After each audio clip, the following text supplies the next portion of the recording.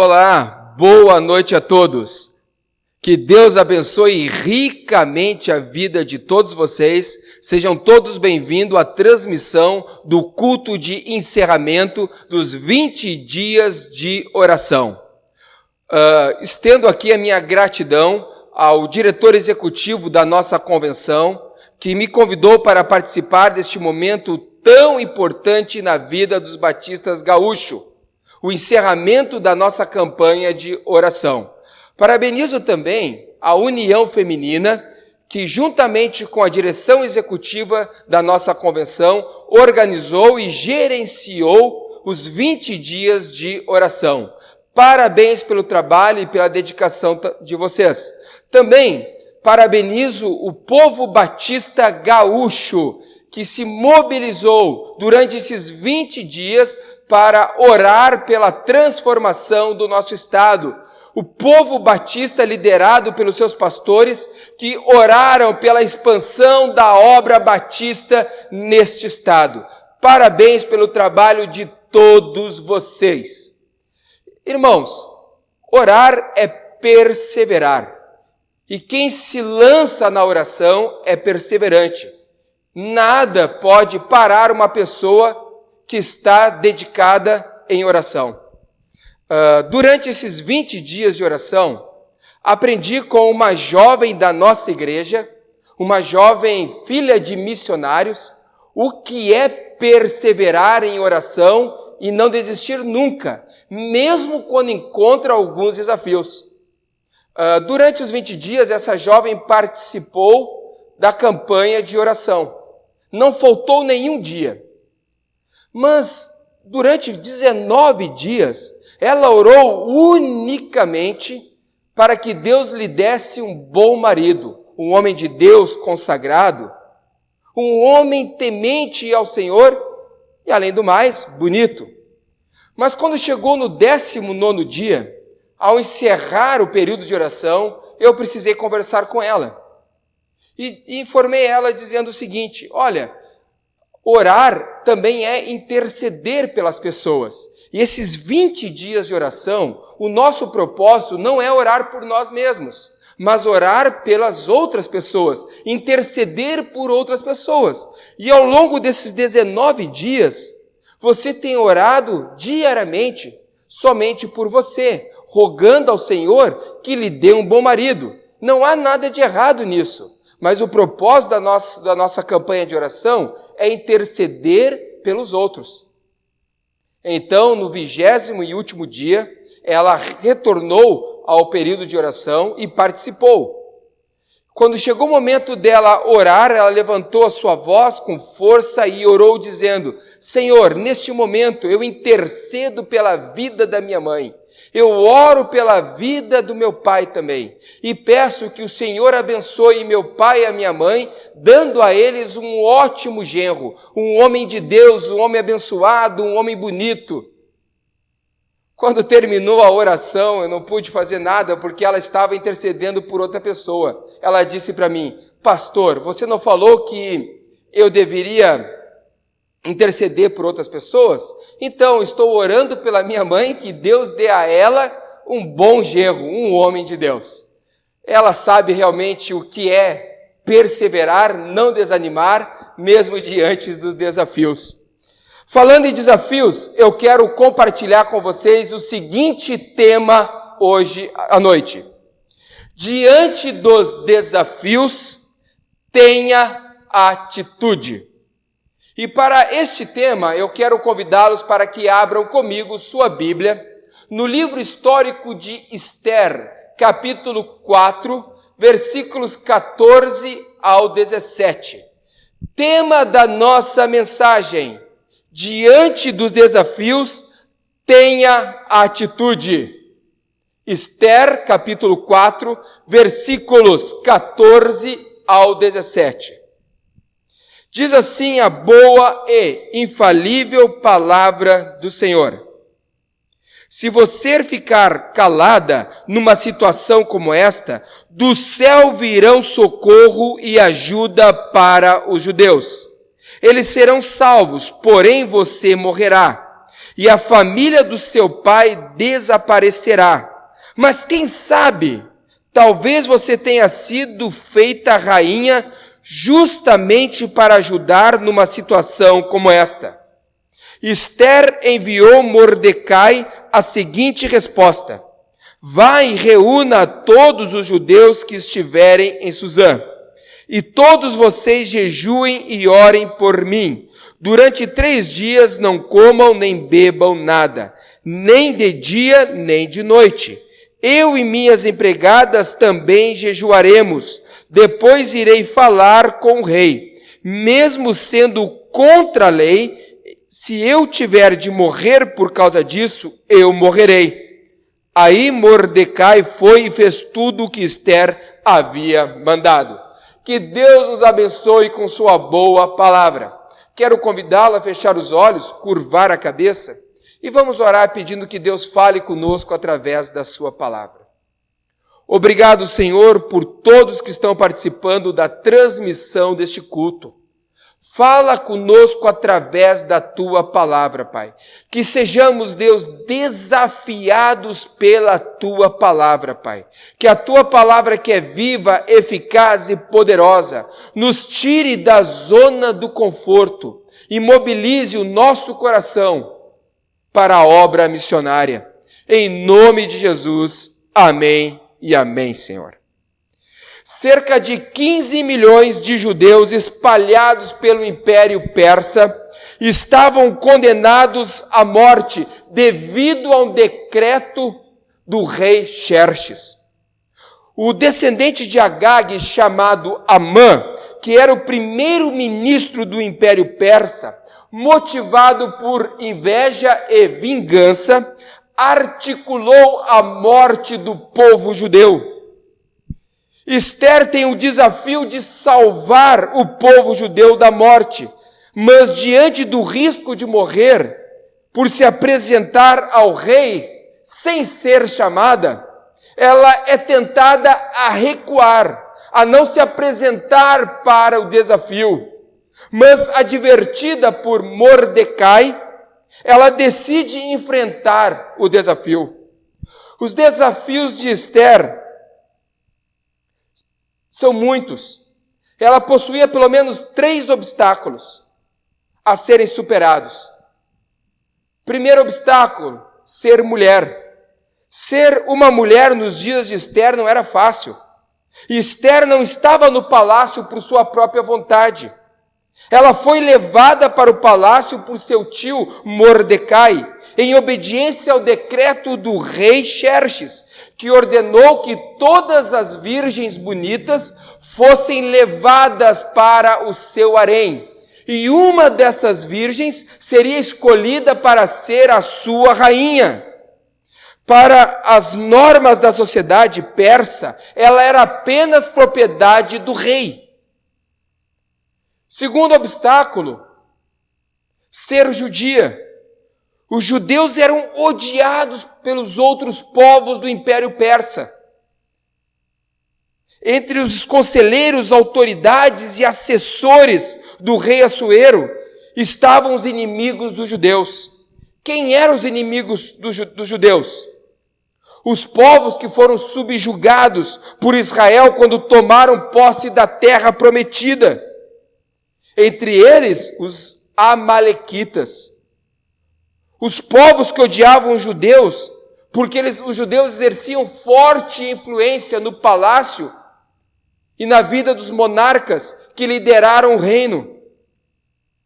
Mordecai sabia o quanto o ambiente era hostil e por isso ordenou para que Esther não pronunciasse, não comunicasse para ninguém dentro do palácio que ela era de origem do povo judeu. 3 obstáculos que ela precisava superar: ser mulher, ser judia e as leis do império. Esther precisava falar pessoalmente com o rei para interceder ao povo, interceder ao rei em favor do povo. Ela poderia se apresentar diante do rei, mas ela precisava ser chamada, convidada pelo rei. Ela não poderia se apresentar diante do rei sem ser convidada.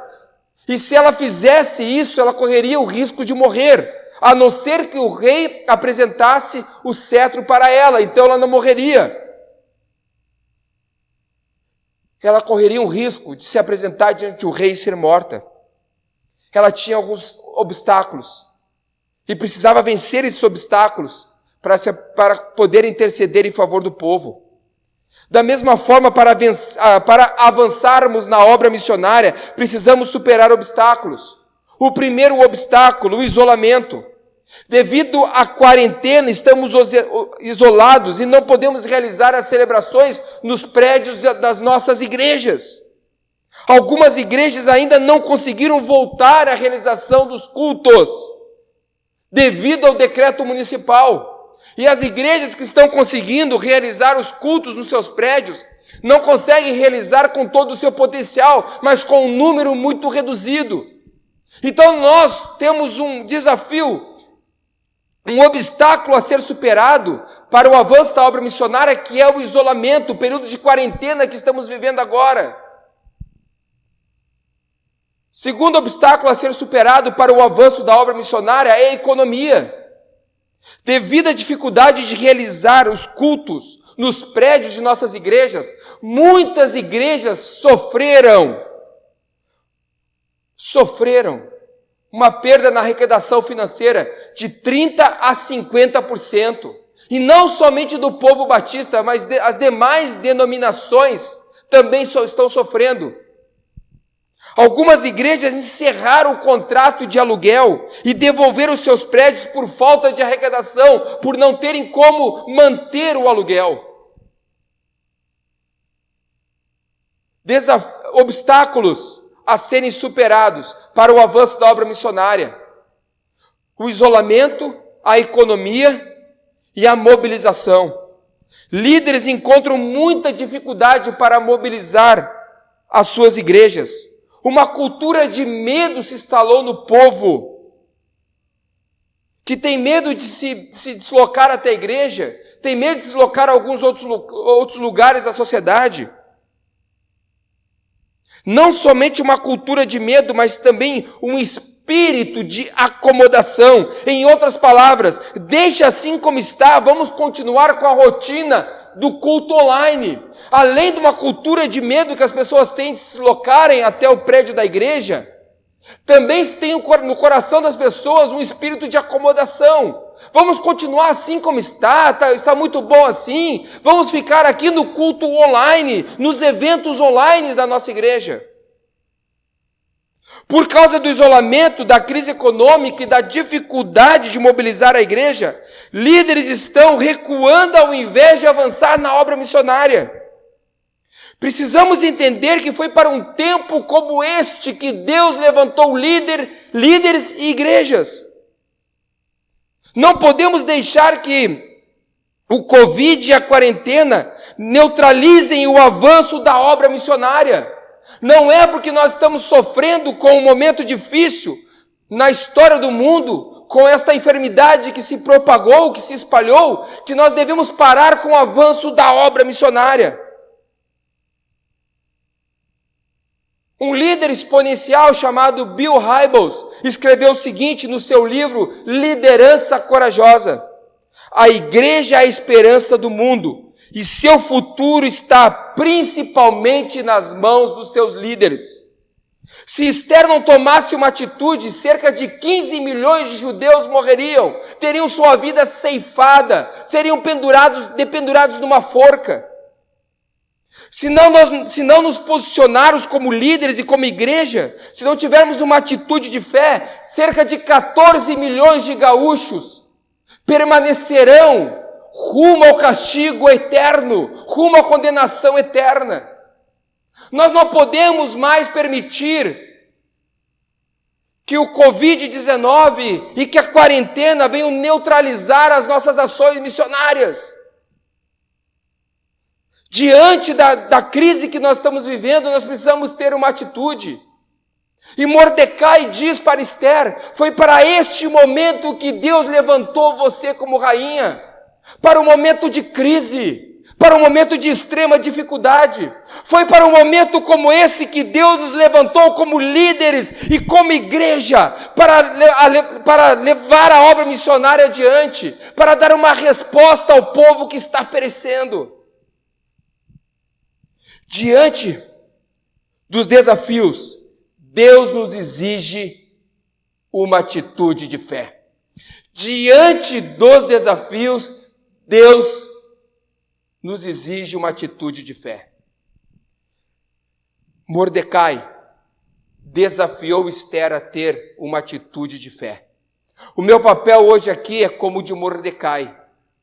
É desafiá-lo a ter uma atitude de fé diante da crise, diante do momento difícil que estamos passando. Diante dos desafios, Deus nos exige uma atitude de fé. Quero compartilhar com vocês nesta noite 3 atitudes de fé. Primeira atitude, orar. Versículos 14 ao 15 diz assim: E Esther enviou a Mordecai a seguinte resposta: Vá e reúna todos os judeus que estiverem em Suzã, e todos vocês jejuem e orem por mim. Durante 3 dias não comam nem bebam nada, nem de dia nem de noite. Eu e as minhas empregadas também jejuaremos. Depois irei falar com o rei, mesmo sendo contra a lei. E se eu tiver de morrer por causa disso, eu morrerei. Observe bem o versículo 16. E todos vocês jejuem e orem por mim. Esther pediu a Mordecai que mobilizasse o povo judeu para orar em favor dela. Durante 3 dias, a vida do povo judeu dependia da audiência de Esther com o rei, se ela conseguisse a audiência. O povo judeu não poderia ficar indiferente diante de tal apelo, porque a vida deles dependia do sucesso de Esther. A vida deles dependia da audiência de Esther com o rei. Semelhantemente, o sucesso do povo batista depende do êxito daqueles que estão na linha de frente. Esther era a mulher que estava na linha de frente, ela que ficaria frente a frente com o rei, ela que deveria arrumar algum jeito de conseguir uma audiência com o rei. E o povo judeu deveria interceder e orar por Esther que estava na linha de frente. Da mesma maneira, nós devemos orar constantemente por aqueles que estão na linha de frente, pelos missionários, pelos líderes e pelos líderes convencionais. Nós devemos orar pelos aqueles que estão na linha de frente. E não devemos, a oração, irmãos, não deve ser um evento na vida da igreja. Ou a oração não pode ser um evento na vida da nossa denominação, da nossa convenção batista gaúcha. Mas a oração deve ser um hábito, deve ser algo constante na vida do povo gaúcho. Esther careceu das orações do povo para vencer o desafio dela. Da mesma forma, os pastores, os missionários, os líderes que estão na linha de frente, precisam da oração do povo gaúcho. Precisam da oração do povo gaúcho. Se aqueles que estão na linha de frente do trabalho missionário fracassarem, nós também fracassaremos. Se Esther fracassasse em conseguir a audiência com o rei, o povo ia morrer. Da mesma forma, se aqueles que estão na linha de frente, plantando as igrejas, liderando a convenção, fracassarem, nós também fracassaremos. Por isso nós devemos orar constantemente pelo sucesso daqueles que estão na linha de frente, pelo êxito da obra missionária, pela expansão da obra missionária. Nós podemos e devemos transformar a realidade espiritual do Rio Grande do Sul. Nós devemos e podemos através da oração. Certa vez, alguns jovens estudantes de teologia se deslocaram para Londres numa manhã muito fria. Chegaram muito cedo no tabernáculo metropolitano, aonde, naquelas manhãs frias, Charles Spurgeon fazia suas exposições bíblicas. E eles foram para lá muito cedo para encontrar um espaço na capela que se abarrotava de gente para ouvir o sermão de Spurgeon. Eles chegaram muito cedo, sentaram nos degraus da capela. A capela ainda estava fechada. Estavam ali passando muito frio. Quando foram abordados por um diácono, aquele diácono perguntou então o que eles estavam fazendo sentados na escadaria da igreja. E eles falaram: nós viemos aqui para ouvir o pregador Charles Spurgeon. E o diácono olhou para eles e perguntou: vocês estão com frio? E eles: com muito frio. Convido vocês para entrarem na capela. Eu vou mostrar para vocês o sistema de aquecimento da nossa capela. Aqueles meninos então empolgados, aqueles estudantes de teologia, queriam se aquecer. E seguiram então o diácono que foi dirigindo eles até uma sala. Abrindo aquela porta, a porta da sala, então, eles se depararam com 200 pessoas ajoelhadas, orando, intercedendo a Deus, antes do culto começar, orando pelo culto e orando pela vida do pregador. Então o diácono olhou para eles e disse: aqui está o sistema de aquecimento da nossa igreja. Pessoas de joelho no chão, orando pelo avivamento na Inglaterra. Da mesma forma, nós podemos aquecer o Rio Grande do Sul, que enfrenta um inverno rigoroso e permanente. Não estou dizendo de um inverno climático, mas de um inverno espiritual. E nós podemos mudar isso através da oração. Diante dos desafios, Deus nos exige uma atitude de fé. 3 atitudes de fé. Primeira, orar. Segunda atitude, posicionar. Versículo 16. Vá e reúna todos os judeus que estiverem em Suzã, e todos vocês jejuem e orem por mim. Durante 3 dias não comam nem bebam nada, nem de dia nem de noite. Eu e minhas empregadas também jejuaremos. Depois irei falar com o rei, mesmo sendo contra a lei. E se eu tiver de morrer por causa disso, eu morrerei. Observe bem o texto. Depois irei falar com o rei, mesmo sendo contra a lei. Esther se posicionou diante de Deus e dos homens. Ela não se calou. O líder e sua igreja não podem ficar em cima do muro.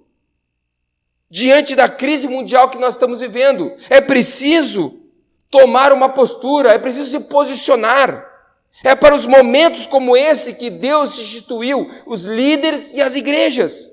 Não podemos ficar inertes diante do desafio que está à nossa frente. Em meio às crises que os líderes e as suas igrejas se mostram relevantes. O grande líder chamado John Maxwell disse o seguinte: a crise não é para ser administrada, a crise é para ser liderada. Os dias de calmaria não nos exigem respostas. É para os dias de angústia, de aflição, que a igreja e sua liderança deve se posicionar para dar uma resposta para o povo. E Esther aqui, ela toma uma posição, ela não fica em cima do muro, ela não fica inerte, ela não comete o pecado de omissão, mas ela se posiciona. Mesmo correndo risco de vida, ela se posiciona. Existem 3 tipos de pessoas. As pessoas que fazem acontecer, as pessoas que ficam vendo as coisas acontecerem, e as pessoas que perguntam o que aconteceu. Que tipo de pessoa você é? Que faz acontecer, que espera as coisas acontecerem? Ou que pergunta: o que foi que aconteceu? Em meio à crise, nós precisamos nos posicionarmos. Precisamos nos posicionar. 2 motivos por que não nos posicionamos. Não queremos correr riscos. Quando nos posicionamos diante de desafios, nós corremos o risco de fracassarmos. E nós não queremos fracassar, nós não queremos manchar o nosso nome, manchar a nossa liderança. E por isso nós não nos posicionamos diante da crise. Ficamos inertes, ficamos parados. Porque corremos o risco de fracassarmos se nos posicionarmos. Esther corria o forte risco de fracassar. Diante da posição que ela tomou, ela poderia ter morrido. A narrativa diz que o rei estendeu o cetro para ela.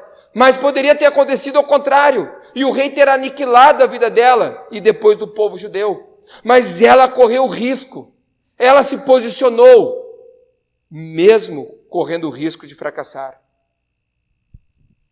Por quê? Por 2 motivos nós não queremos se posicionar. Para não corrermos o risco, e não queremos nos comprometer. Quando nos posicionamos, nos comprometemos com as pessoas e com a missão. Uma vez que nos comprometemos, não podemos mais voltar atrás. Uma vez que nós damos a nossa palavra, não podemos mais voltar atrás. Esther empenhou a palavra dela para Mordecai, dizendo: olha, eu vou falar com o rei. Se eu morrer, morrerei, mas eu vou falar com o rei. Uma vez que nós nos posicionamos, nós nos comprometemos. E nós não queremos nos comprometer. Porque se nos comprometermos, vamos ter que honrar a nossa palavra. Então, por isso que muitos líderes e muitas igrejas não querem se comprometer com o trabalho missionário, com o avanço da obra missionária. Winston Churchill foi um dos maiores estadistas da Inglaterra. Assumiu a posição de primeiro-ministro do Reino Unido em plena Segunda Guerra Mundial. Qualquer outro congressista em sã consciência teria declinado a indicação. Mas Churchill, ele não voltou atrás. Ele entendeu que foi para um momento como aquele que Deus o escolheu. E se posicionou, aceitou a indicação para se tornar primeiro-ministro da Inglaterra, num momento de guerra, em plena Segunda Guerra Mundial. Os conselheiros de Churchill estavam trabalhando, costurando a ideia de um acordo, de uma aliança com os nazistas. E a Itália faria a mediação dessa aliança. E Churchill se posiciona, ainda que sozinho, diante dos seus conselheiros e diante do povo, dizendo que não iria fazer acordo nenhum com os nazistas, acordo nenhum com a tirania de Hitler, mas lutaria com todas as suas forças, ainda que perecesse nas praias, nos campos e nos becos, ainda que perecesse, ainda que morresse, ele não se posicionaria favorável à aliança, ele tomou uma atitude. Algumas pessoas parecem que estão fazendo aliança com o ostracismo, uma aliança com a acomodação, se esquecendo da obra missionária e se acomodando diante do desafio. Churchill não ficou em cima do muro e muito menos se acomodou diante da iminente invasão alemã. Ele se posicionou e lutou contra as hordas do mal. Diante da gigantesca crise que estamos enfrentando, precisamos nos posicionar. Esther se posicionou. Nós precisamos nos posicionar como povo gaúcho. Diante dos desafios, Deus nos exige uma atitude de fé. 3 atitudes de fé. Primeiro, orar. Segundo, posicionar. Terceira atitude, ofertar. Me acompanhe na leitura do versículo 16. Vai e reúna todos os judeus que estiverem em Suzã, e todos vocês jejuem e orem por mim. Durante 3 dias não comam nem bebam nada, nem de dia nem de noite. Eu e minhas empregadas também jejuaremos. Depois irei falar com o rei, mesmo sendo contra a lei. Se eu tiver de morrer por causa disso, eu morrerei. Observe bem o final do versículo. Se eu tiver de morrer por causa disso, eu morrerei. Esther estava disposta a enfrentar ofertar a sua própria vida para salvar o seu povo da artimanha de Ramã. O avanço da obra de Deus exige sacrifício. Eu não estou falando de sacrifício para obter a vida eterna, a salvação, pois o sacrifício já foi obtido por Cristo no madeiro maldito. Eu estou falando do sacrifício para a expansão da obra missionária, porque não há nada que façamos para obter a vida eterna a não ser crer em Cristo. Nenhum sacrifício é válido para obter a salvação. A salvação é somente pela graça e pela obra de Cristo, que morreu dependurado no madeiro maldito, foi sepultado e ressuscitou ao terceiro dia. Então não existe nenhum tipo de sacrifício para que o homem obtenha a vida eterna, porque Cristo já fez o sacrifício. Agora eu falo de sacrifício para a expansão da obra do reino de Deus, para a expansão da obra missionária. É esse tipo de sacrifício. O diácono Estevão morreu apedrejado porque estava pregando a boa palavra de Deus. Entregou a sua própria vida para a expansão do reino de Deus. Os apóstolos Paulo e Pedro foram levados à morte na capital romana por propagarem o evangelho. Um personagem, um vulto da história chamado William Tyndale fez algo incrível. Traduziu o Novo Testamento para o inglês.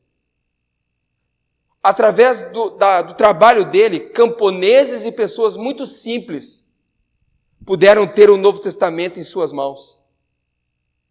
Mas ele foi considerado um herege pela igreja. E por causa da atitude dele, de ter traduzido o Novo Testamento para o inglês, ele foi queimado vivo.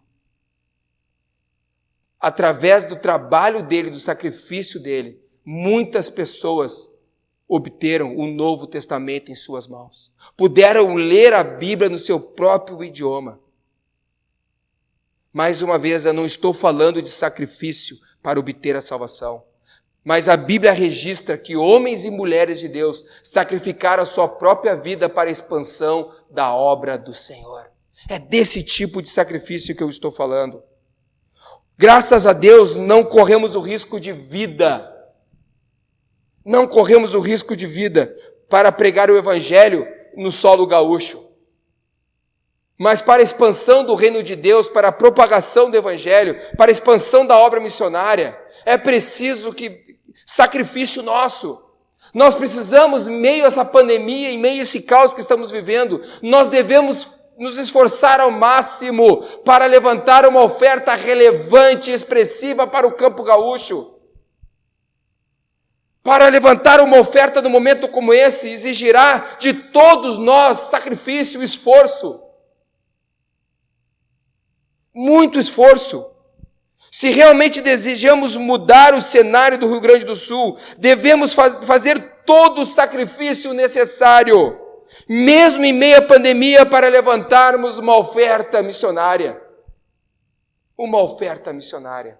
A obra de Deus exige dedicação e sacrifício dos discípulos.